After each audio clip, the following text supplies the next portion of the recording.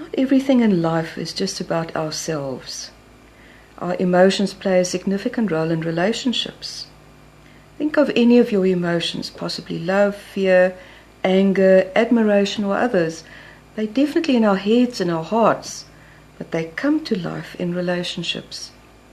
Emotions are incredibly important in our communication. The hanging shoulders or the adoring glance is the verbal or non-verbal way in which we communicate our emotions that others respond to. The emotions we display have a significant effect on establishing, maintaining, or ending relationships. We know there are many kinds of relationships. In some, we have a light-hearted interaction with people, and it's all about fun and laughter. In others, we may need to be sensitive and listen very carefully to the needs of others. Other relationships may be more formal.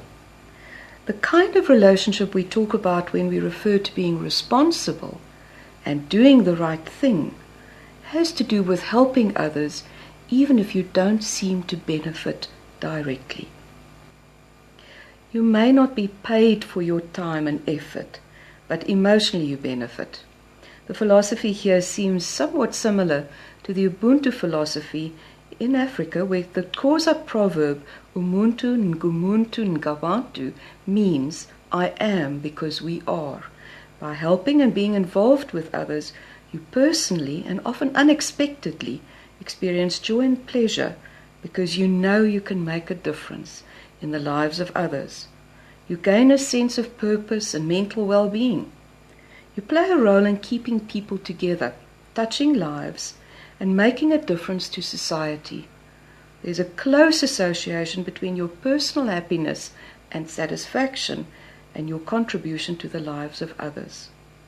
The ability to demonstrate that you care about others and would contribute to society even when not paid or asked is regarded as an important element of emotional intelligence, one that often may be forgotten in very individualistic societies. The emotional maturity required to move from self-interest to supporting others and society can be illustrated with the Keegan model of emotional maturity. His stages of emotional maturity include the first and basic stage, where you are like a baby, not able or inclined to think about emotions at all, and when you experience emotional needs, you cry or laugh, expecting to be looked after by a caregiver. The second stage could be referred to as an adolescent phase, where you demand to have your needs met in a selfish and egocentric way. The third stage, still somewhat like an adolescent, you follow the crowd and do what the in-group does. Your emotions and actions are prescribed to by others. In a fourth stage, you start owning your emotions and taking responsibility for your actions. You become self-authored. In the fifth stage, you move beyond your own needs and wants to become a constructive member of society, to make a difference to the lives of others. This is the self-transforming stage. To transition to stage 5 implies growth in your emotional maturity, and it can be seen by the way you change from egocentric and selfish to those serving others and society. A well-known example of this element in emotional intelligence is that of the previous president of South Africa, Nelson Mandela. Notwithstanding significant hardship and being as much a human being as every one of us, he was able to function on a level of emotional understanding that the world has come to acknowledge and respect. To be able to move to a stage where it is more about how you can serve society than it is about how you can benefit personally implies emotional maturity. This emotional capability can show in big and small ways in our lives. It may be as seemingly insignificant as is illustrated in the following story. Tom comes from a very poor family and is the first child to be accepted to university. He's had to move to a city far away from his home to attend the university. Here he survives on a very small bursary that he receives from the school he attended. They saw his potential and tried to raise money for him to be able to go to university.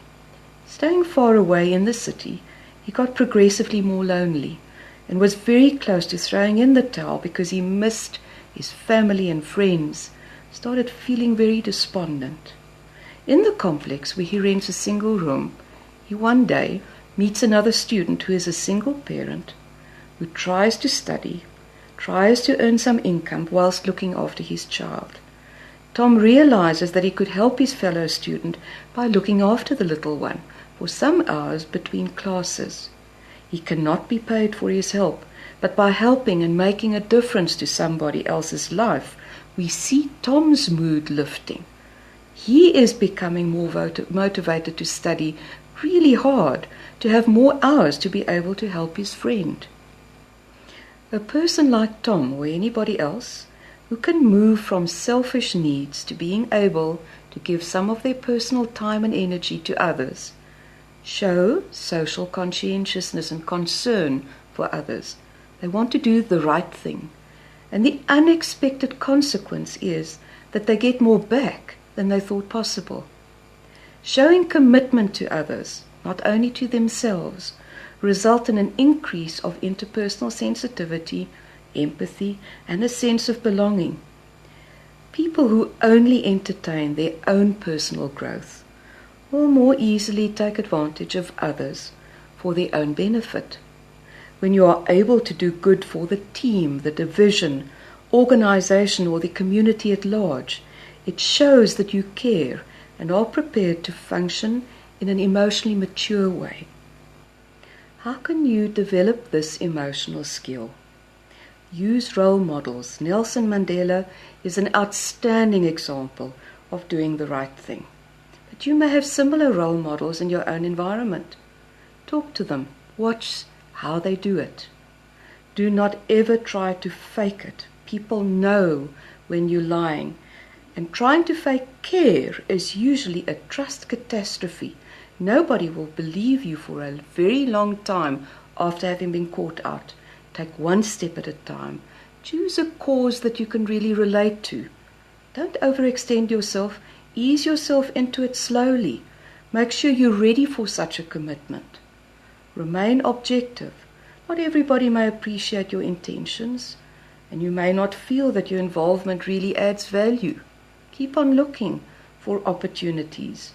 Remember, sometimes you can make a big difference by doing something really small, like saying thank you and showing appreciation for a job well done. In summary, it's not a waste of your time to do the right thing or to be responsible when provided with an opportunity to make a difference in the lives of others. You may just receive more benefit than you expected at the start. A sense of satisfaction that you've made a difference in somebody else's life is a particularly valuable emotional asset. There's magic in being socially responsible and doing the right thing.